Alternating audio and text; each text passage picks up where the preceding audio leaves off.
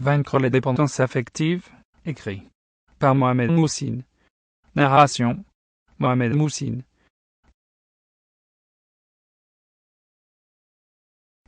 Introduction. Des questions particulières peuvent vous empêcher de forger facilement des relations nouvelles et d'intensifier celles déjà existantes.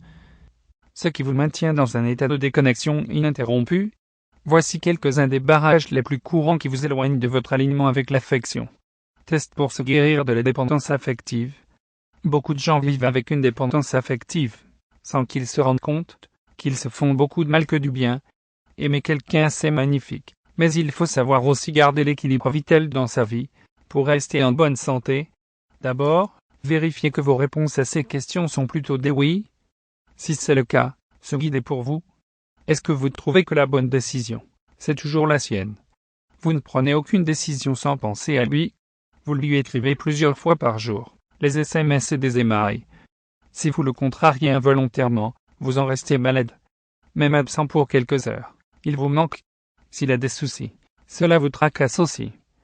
Vous vous sentez comme un peu perdu sans lui. La prise de conscience de votre état affectif est votre point de départ.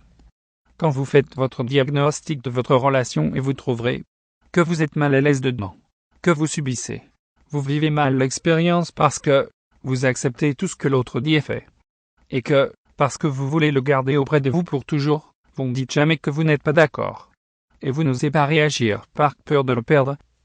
À ce moment-là, il faut impérativement arrêter ce mécanisme destructif et commencer immédiatement à construire un nouveau chapitre de la relation qui respecterait mieux votre santé qui est en jeu.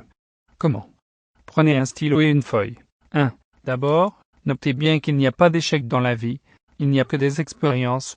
Le bien et le mal sont des perceptions que nous construisons nous-mêmes, tout comme l'échec, les déceptions, la peur, etc. Tous ces monstres qui font peur et froid dans le dos, ce sont nous-mêmes qui les construisons, et leur donnons la forme terrifiante qui nous angoisse.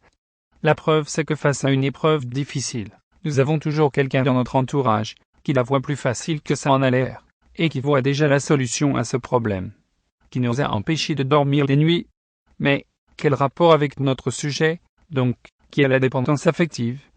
La plupart du temps, les gens restent dans des relations toxiques pour leur santé juste par peur du changement. La peur de ce qui peut se passer si l'autre n'est pas d'accord et se fâche, s'il décide de rompre, si je regrette cette décision. Tous les si qui sont liés à vos peurs, qui vous emprisonnent dans un état inconfortable. Ne soyez pas cette personne, osez changer. L'avantage que nous avons dans la vie est que nous pouvons rebondir à tout moment, et changer à tout instant notre point de vue de notre vie. 2. De beaux souvenirs sont votre arme. Inspirez-vous de vos expériences précédentes, où vous étiez parfaitement en équilibre et en harmonie dans votre relation. Modélisez ces expériences et apprenez à reproduire les mêmes scénarios dans l'avenir. 3. Définissez vos propres critères d'une relation sereine. Prenez le temps de répondre le plus précisément possible à la question « Comment je veux être dans cette relation, avec cette personne dans l'avenir ?» Écrivez toutes les idées liées à cette question.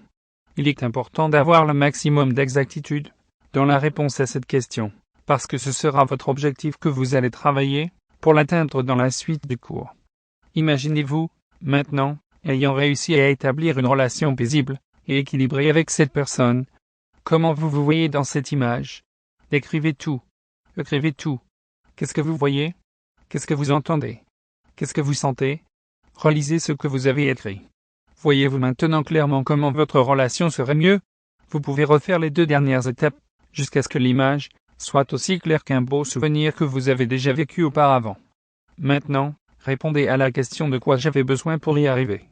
Qu'est-ce qui me manquait dans cette relation, avec cette personne pour y parvenir? Notez toujours vos réponses.